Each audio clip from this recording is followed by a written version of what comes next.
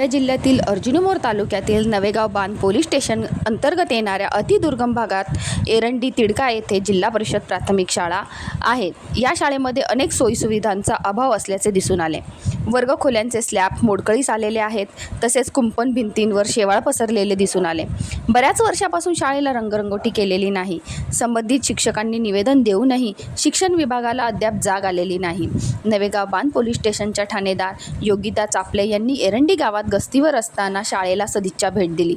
वर्गखोल्यांची फुटलेली फरशी व त्यामुळे विद्यार्थ्यांची होत असलेली गैरसोय त्यांच्या निदर्शनास आली. त्यानंतर लगेचच त्यांनी सर्व बाबींची दखल घेत आपल्या आईच्या स्मृतीप्रित्यर्थ स्वखर्चाने वर्गखोल्यांना टाईल्स लावण्याचे कार्य हाती घेतले.